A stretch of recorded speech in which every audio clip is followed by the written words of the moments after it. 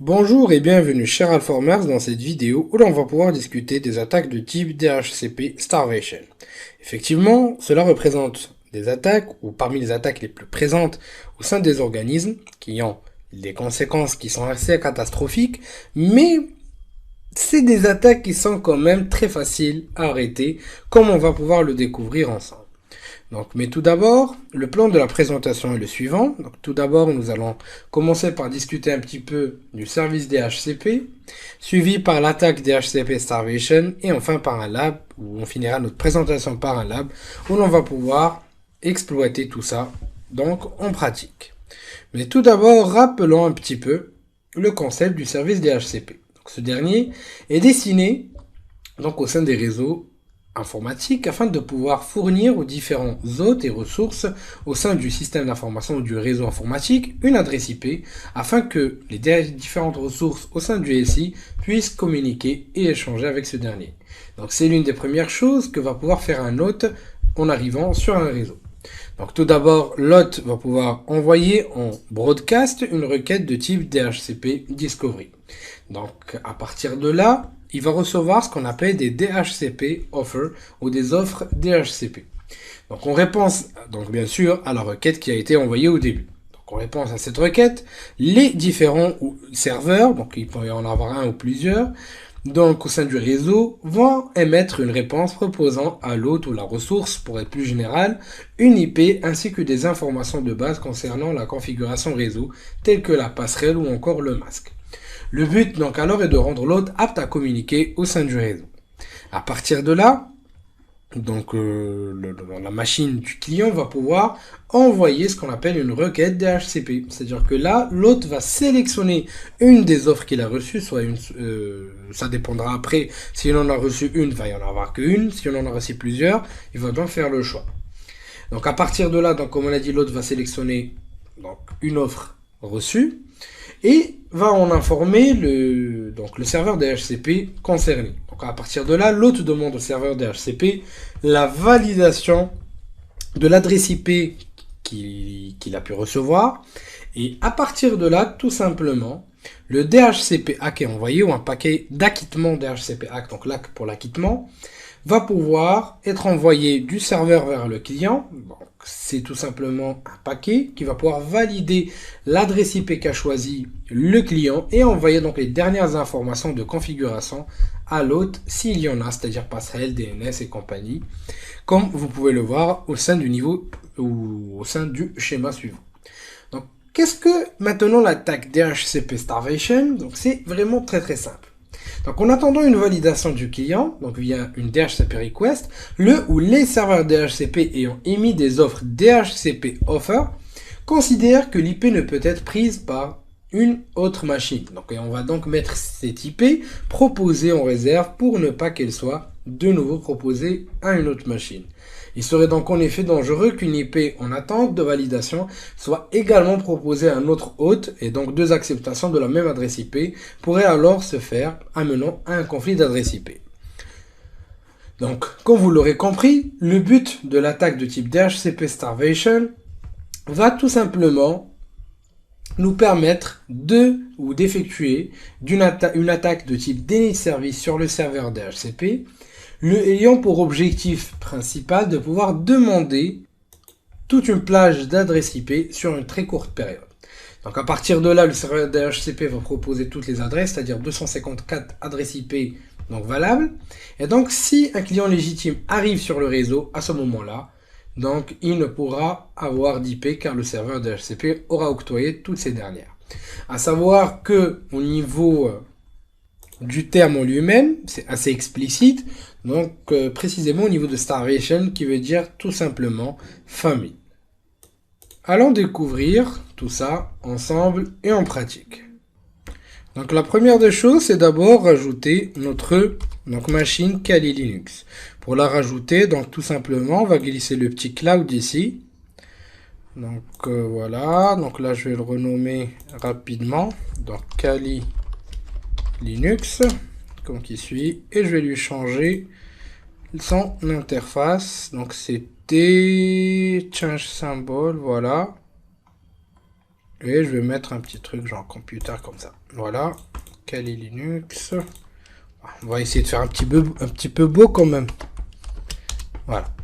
Parfait. Nous avons notre petite Kali. Donc là, je pense, oui, il ne prend pas les espaces. Voilà. C'est fait. Ensuite, nous allons donc utiliser à la base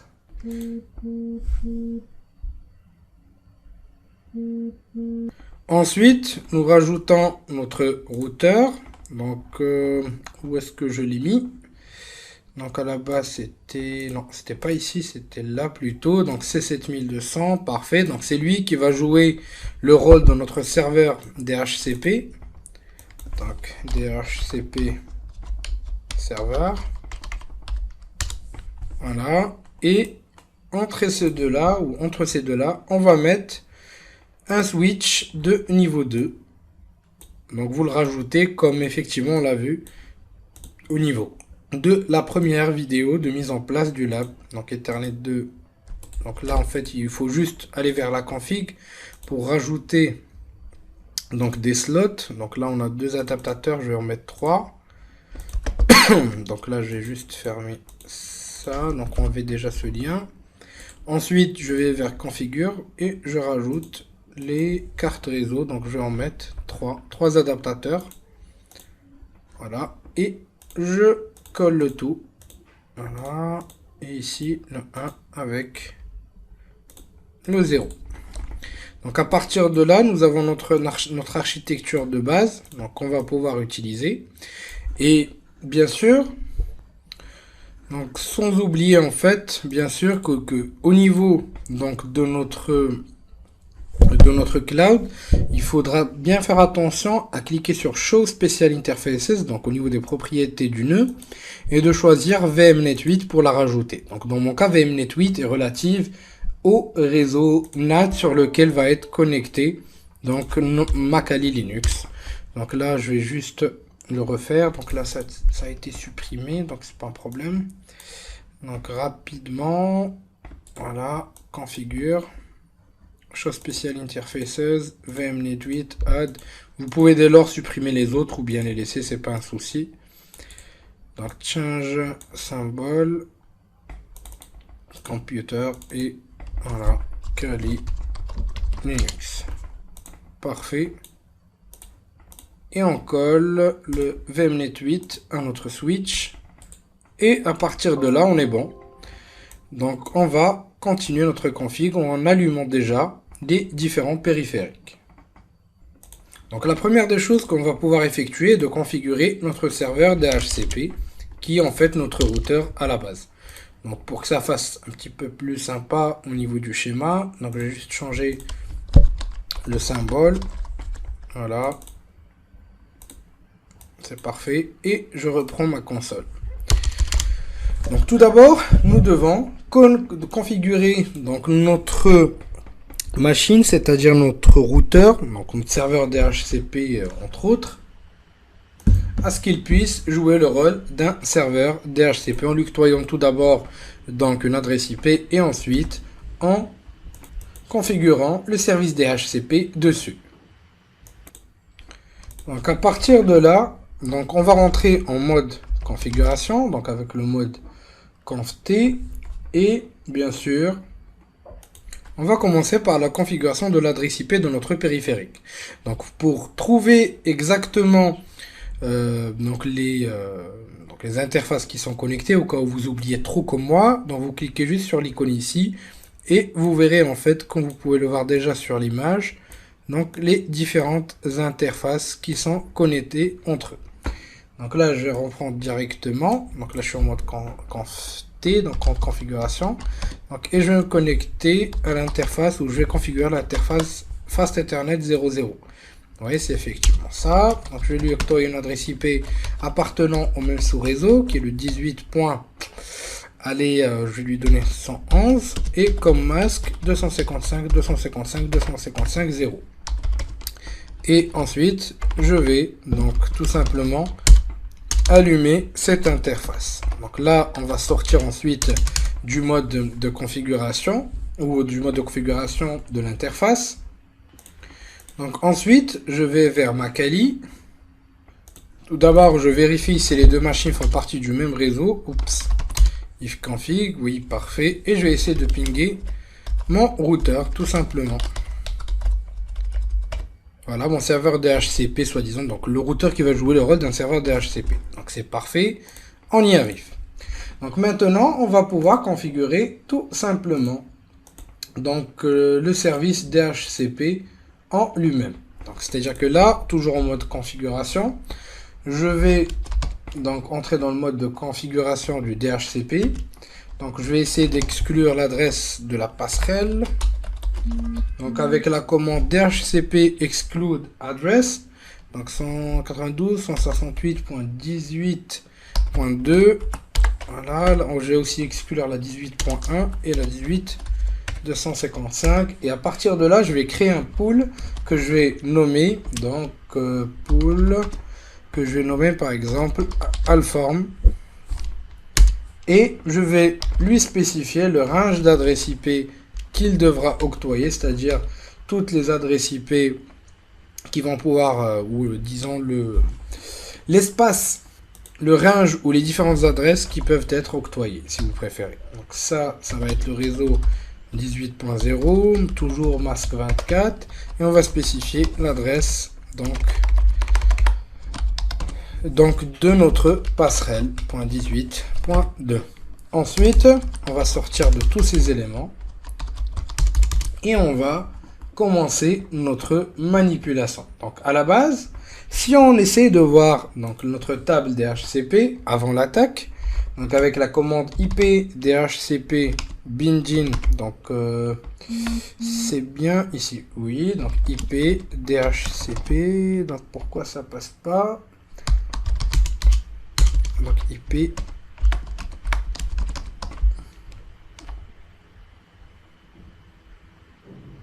donc ensuite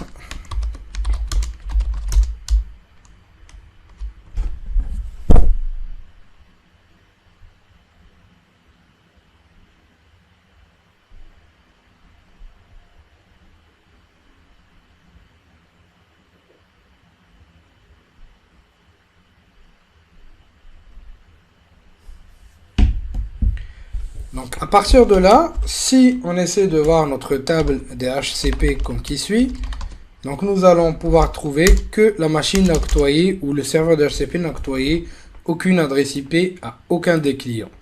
Donc ce qu'on va essayer de faire, c'est de provoquer donc cette attaque et de voir la différence qu'il va y avoir. Donc à partir de là, je me dirige vers ma machine Kali. Et on va lancer un outil magique qui va nous permettre d'effectuer un bon nombre de manipulations au niveau des périphériques Cisco, qui est Yersinia. Donc Yersinia permet notamment de faire beaucoup de tests donc relatifs à la sécurité, toujours orientés périphériques Cisco, comme vous pouvez le voir. Et on va essayer de pouvoir approfondir nos connaissances dessus au fur et à mesure. Donc à partir de là, il vous suffit de voir la liste des attaques qui est en cours. Donc là, on n'a aucune attaque qui est en cours. Ou de cliquer sur Launch Attack pour choisir un protocole à attaquer. Dans notre cas, c'est du DHCP. Et ce qu'on va essayer de faire, c'est tout simplement envoyer des paquets de type Discovery. C'est-à-dire que, comme on l'a spécifié tout à l'heure, les paquets de type Discovery représentent tout simplement un paquet que va envoyer le client en mode broadcast car il n'a pas d'adresse IP. Donc bien sûr, il va être envoyé à tout le monde vu que c'est un broadcast. Et il va attendre normalement l'offre DHCP qui va arriver du serveur DHCP. Donc dans notre cas, ce qu'on va essayer de faire tout simplement, c'est de pouvoir envoyer ces requêtes, mais sans donner de réponse. Ce qui fait que toutes les adresses IP dans le range qu'on a spécifié vont être prises, mais donc le serveur devra attendre en même temps la réponse du client. Donc bien sûr il y a un timeout, mais vu qu'il y a plusieurs paquets de type DHCP Discovery qui vont être envoyés, donc il n'y a pas assez de temps pour que les autres machines puissent pouvoir récupérer une adresse IP. Du coup, on effectue une attaque de type DHCP, DNS Service de manière extrêmement simple. Entre temps, je vais lancer aussi Wireshark pour voir un petit peu ce qui se passe. Donc je lance l'écoute sur mon interface est de 0. et j'envoie mes paquets Discovery. Donc là, je vais spécifier le protocole DHCP.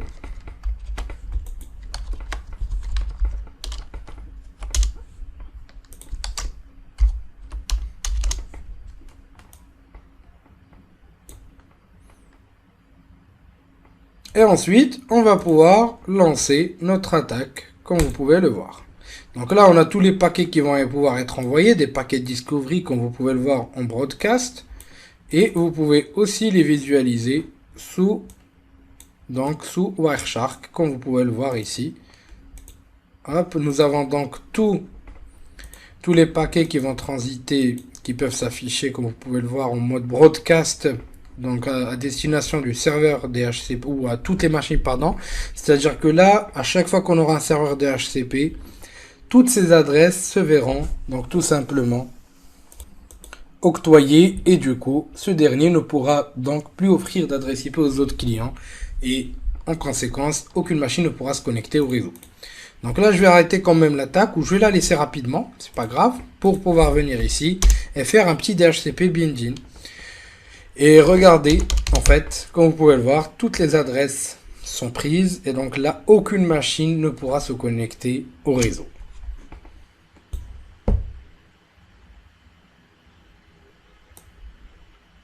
Donc à partir de là, ça va être très simple. Donc il suffit en fait tout simplement de pouvoir arrêter l'attaque. Donc là, on va stopper cette attaque parce que sinon, là, notre routeur, il n'en peut plus. Donc si on relance notre table, donc là, il va y avoir toujours les adresses, mais à un moment, en fait, quand le timeout va pouvoir arriver, toutes les adresses vont pouvoir disparaître comme on va pouvoir le voir ensemble. Maintenant, la question est comment on peut se protéger. Donc, il faut savoir qu'il existe une méthodologie qui va s'appeler du DHCP snooping. Donc, il faut savoir que les switches Cisco possèdent donc une technologie qui permet de contrer ces éléments. Donc, comme nous venons de le voir, ce type d'attaque peut être extrêmement critique. Et en fait, tout simplement, le DHCP snooping va nous permettre d'autoriser les flux DHCP à transiter selon les ports spécifiés uniquement, ou d'autoriser seulement certaines adresses IP ou MAC à émettre et recevoir du flux DHCP. On peut également spécifier un ratio par seconde de messages DHCP acceptés, et si l'attaquant émet plus de 5 paquets DHCP par seconde, une alerte sera donc faite et un blocage de port sera effectué. Vous pouvez aussi donc réfléchir bien sûr à d'autres pistes pour la sécurisation au niveau de votre serveur DHCP en lui-même. Donc, et c'est cette solution qu'on va mettre en place. Donc on va se connecter à notre switch. Donc là, je passe en mode enable. Et à partir de là, tout simplement, on va pouvoir activer le snooping avec la commande IP DHCP snooping. Donc, qu'est-ce que j'ai bien pu oublier? Ah, pardon, c'est en mode conft.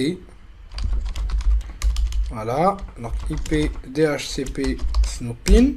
Voilà, donc à partir de là, en fait, tout simplement, le DHCP snooping a été activé par défaut au niveau de toutes les interfaces.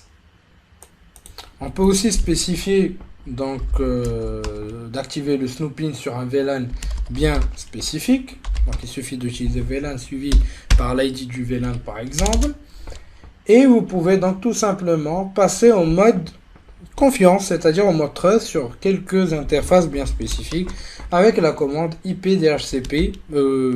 Donc déjà avant de pouvoir passer à la commande, passer sur l'interface, par exemple là Ethernet ou face Ethernet, donc interface, donc gigabit Ethernet plutôt 00 par exemple. Donc on peut lui dire voilà, par exemple sur cette interface nous allons pouvoir recevoir des requêtes de confiance, c'est-à-dire que là on est au niveau d'un réseau de confiance.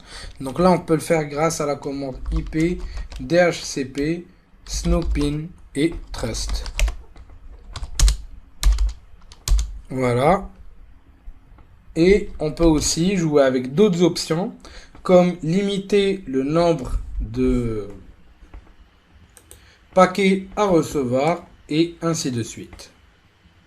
Bien sûr, il existe beaucoup d'autres options qui peuvent être manipulées, et je vous invite donc à visualiser à visiter donc la documentation officielle de Cisco pour plus de détails.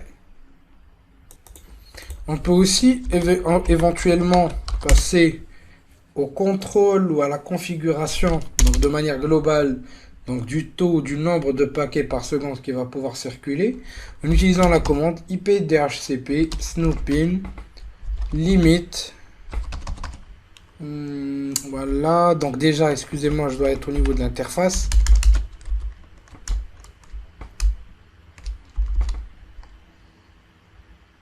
On peut aussi contrôler le taux de paquets qui vont pouvoir circuler par seconde. Donc, en allant vers notre interface. Et ensuite, en spécifiant grâce à la commande ipdhcp snoopin limit et rate, par exemple, à 100, qui va nous permettre de pouvoir contrôler le nombre de paquets circulants par seconde.